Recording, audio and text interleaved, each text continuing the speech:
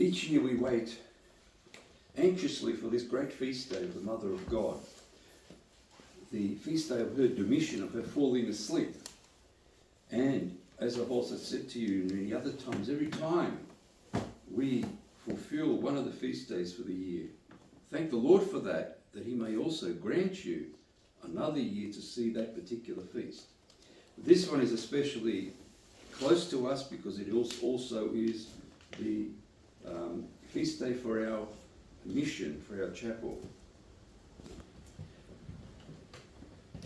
I am sure that the Orthodox people know about the history of the Mother of God and what happened at her Domitian. But for those that don't, and mainly for those who might hear this, who are not of an Orthodox confession and may not know this history, let me just quickly go through it for you to actually fill in all the different details. After Pentecost, the Mother of God joined with the apostles in missionary work, traveling around to various nations, evangelizing, and with the apostles building churches and parishes, ordaining clergy and all such things. She is the one responsible for the choosing of Mount Athos, the future stronghold of Orthodox monasticism, male monasticism in the world, which endures with greatness to this day. Some 20 to 25 years she went about in this missionary work, and when she understood that the time of her Domitian was at hand, her falling asleep, her dying, she begged her son to come and take her soul and take it so that the demonic realm which tempts a soul after death will not harm her. Of course, being her son, he had absolute right to take her soul, and particularly because it was sinless, there was nothing really to judge in her or to tempt her with. And indeed, when she did fall asleep, the Lord personally took her soul, leaving her body on earth for the apostles to bury.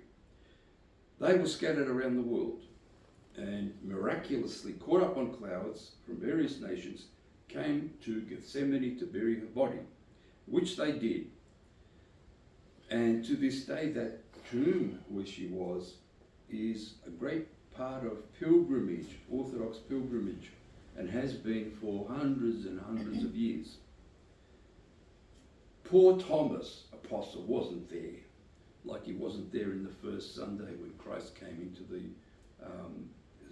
closed room.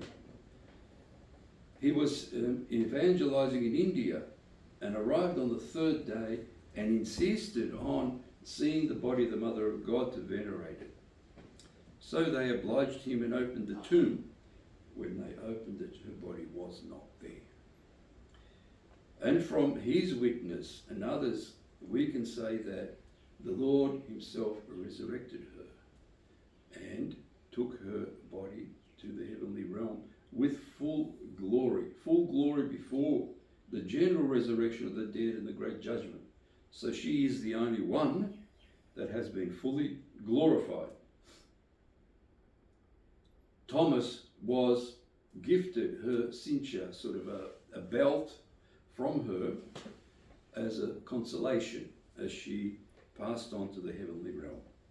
And that has been kept as a holy relic in Orthodox churches, in the Orthodox Church. Now, the question remains, why? Why was these things happening to her? In order to answer that properly, somewhat, we need to go back really to the creation of things, particularly to the creation of humankind, back to Adam and Eve.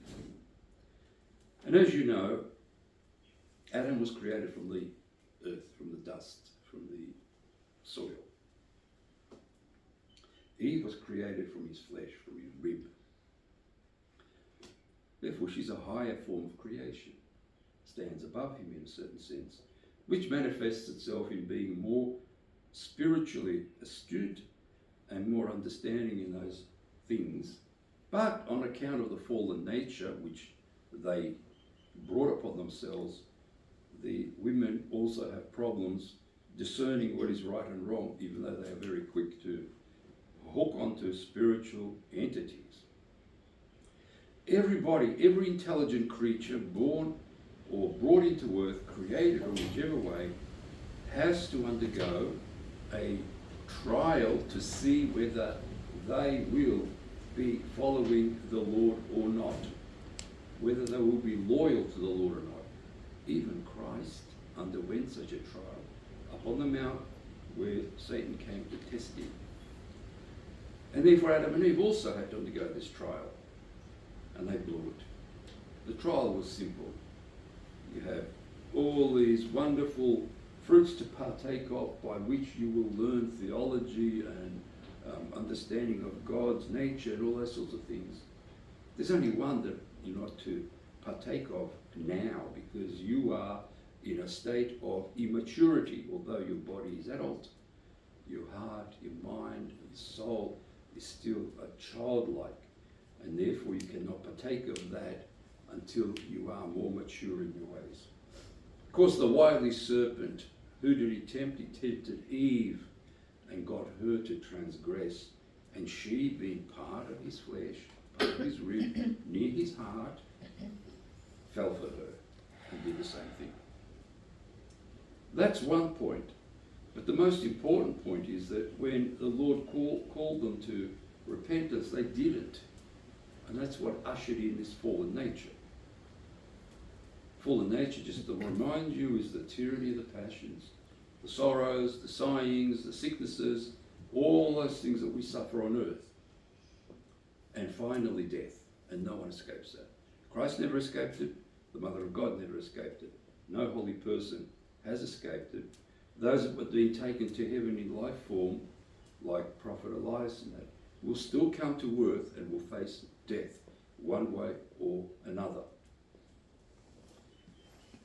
So they fell into what we understand to be this fallen nature of all things, the whole cosmos, not just their bodies, not just their souls, but everything.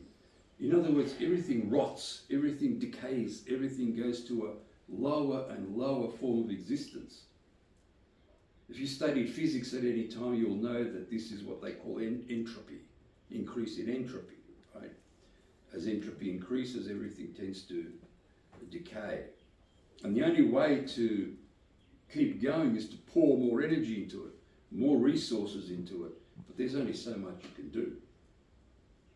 And so over the centuries, the earth has gone down further and further and further down that way.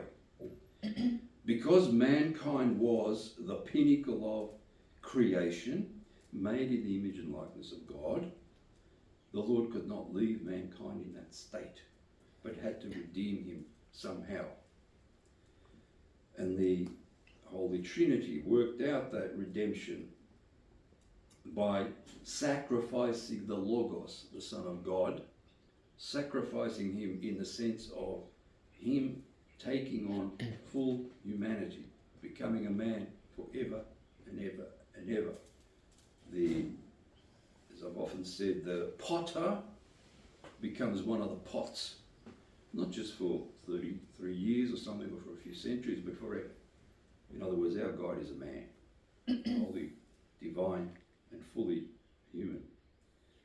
He too, because the Mother of God inherited the fallen nature from her parents, he too inherited the fallen nature from her.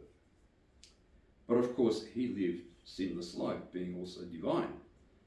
The Mother of God also lived a sinless life. And that's why the answer to that question is, why was she given such honor? Because at an early age she made a vow, something like 3 years old, to live in purity and chastity all her life. And by that she entered into the temple for some 10 odd years or more and stayed there with the other virgins, which was a tradition to do. Archangel Gabriel, seeing her zeal for that, was assisting her in that, teaching her spiritual life, theology, and all those sorts of things. And she grew in that Christ likeness, or what we call purification more and more, and never ever, not in the slightest bit, transgressed any of the precepts of God, any of the commandments or anything like this, despite the fact that she had that fallen nature which could terrorize her with the passions in various ways, tempt her. And indeed she did suffer. Even when Christ was being crucified, as it said, the sword will go through your heart.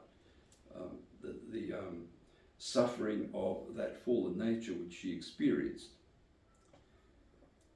However, by the year 12, by the time she became 12 or 13, it was no longer appropriate for her or the other virgins at that age to stay in the temple, and usually they were given over to an elderly person to look after them for as long as they lived, so that they could continue in the vow that they make. The vow is to live that life of purity and virginity all her life and never break it. That's the Orthodox understanding of part of her life. Therefore, she becomes, to us, the quintessential example of how to conduct spiritual life such that it leads to this transfiguration, to this deification, to this Christ-likeness, to this return of the state of Adam before the fall. And that's what Christ came to establish by his redemptive work. That, and only that, to return humankind to that pure state in which they were created. And by that to achieve immortality forever. Having done that, it only is sort of logical that she did not have to pass through the great judgment which is still to come, because there's nothing to judge her on. Moreover, the different Christian confessions have a totally different approach to this, none of which are correct. None. In fact, they are bordering in many cases on blasphemy and actually derogatory of Christ and the Mother of God. For example, most of the Protestants can't stand the Theotokos. They believe that she bore Christ and then had other children with Elder Joseph, her caretaker, who was over 80 years old, and she was around 12, 13. Stupid idea. Moreover, they were not married, but they were betrothed, which was the way by which the society ensured that there'd be no scandal by living in that sort of situation, preserving herself in purity and being looked after, that nobody would impinge upon her life as such. The opposite of this, the Roman Catholics go overboard in the opposite direction. They, only about 150 years ago or whatever, invented this thing called Immaculate Conception. Strange. What they say is that when she was conceived from her parents that had the fallen nature, the Lord zapped her and made her so she could never transgress and never sin. Does that sound to you like a new creation, a new creature that's no longer human?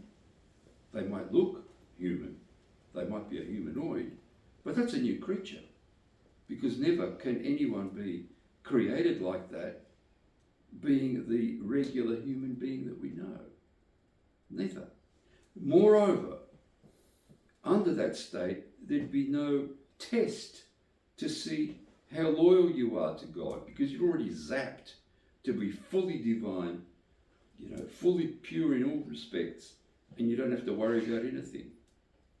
That also smells like some sort of zombie, if you think about it. Program, you can program a computer to do something, just program to be unable to transgress according to that heresy of Immaculate Conception. It's understandable that they went this way because Roman Catholicism lost spiritual life many centuries ago, and they lost the idea of striving for deification, for becoming transfigured, becoming holy, sanctified through keeping all the precepts, the commandments that the Lord has given us. It makes sense that they went this way, as they have with about another 40, 50 heresies that they invented. Therefore they do a great dishonour to her, because they take away from her virtues.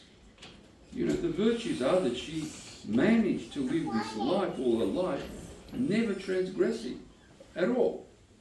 She knew how to conduct unseen warfare, how to conduct spiritual life correctly, never transgressing. That's why she becomes to us the best example of that. And that's why to this day, many, many monasteries are dedicated to her in one way or another, as well as parishes, people's homes, and even people's names. That's the big difference. The Roman Catholics will argue with you, blue and black or whatever, about this Immaculate Conception, not understanding the consequences of such an idea, a silly idea.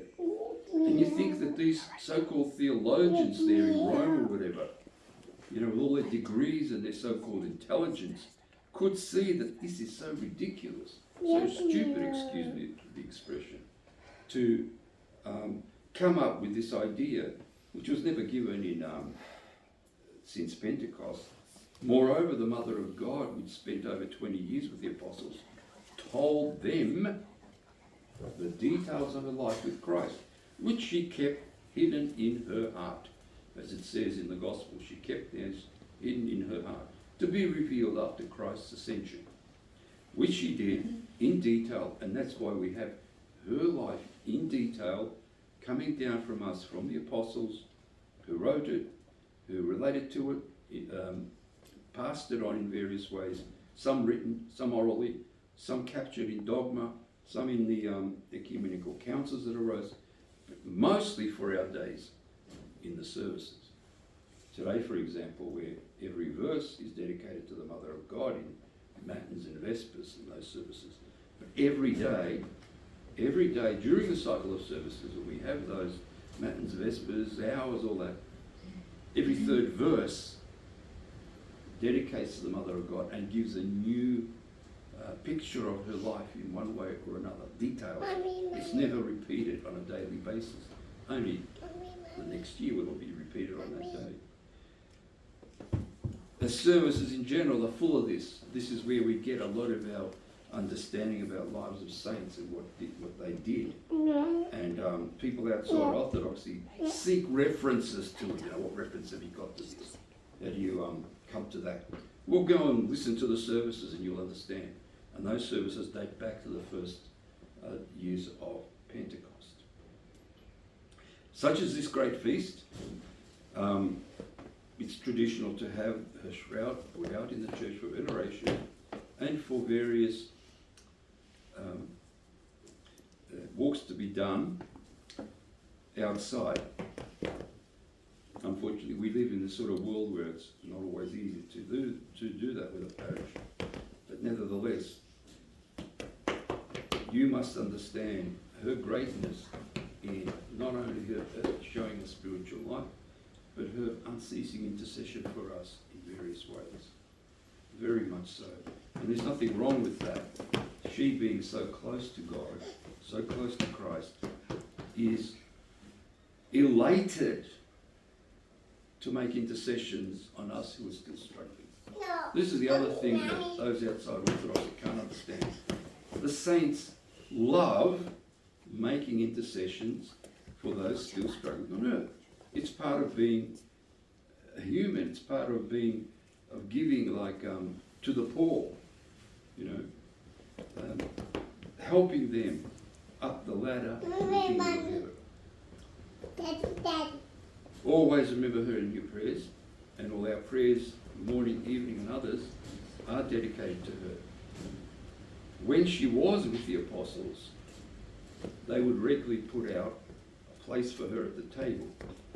And she would talk, and they would listen and take these things down. And to this day, in many monasteries and also in some parishes, whenever there is a meal, a place is set aside for the Theotokos, because noetically she's there, mystically she's there, even though you may not see her body, but some do. One last thing. Today on earth, she visits 3 places every day and is seen. She is seen. The first one is Sarov, or Diveva, where Saint Seraphim established the monastery. There is a sort of a ditch that goes around the monastery, quite long, maybe about 2 or 3 kilometres, and she's often seen walking along that, and pilgrims come and walk along that. She also appears in Georgia, which is one of the places that she also chose for sanctification with Christianity. The other place is Gethsemane, I think it is. In any case, every day this happens. The Mother of God sanctifies those places on earth that she loved and where great things were done in her time and continue to this day. God help us to always remember her, to always venerate her, and to ensure that we are able to give a good report to anyone who asks about her, and to put them right so that they don't trample upon her virtue like the Roman Catholics do, or completely end up hating her because they think she became a loose woman and had many children by an 80-year-old. Strange. By the way, those children, if you don't know, were the children of Elder Joseph from his marriage when he's quite reposed. He was a widower. 7 children. All that else when Christ was born. So how can they be siblings? Impossible. God help you, preserve you, protect you.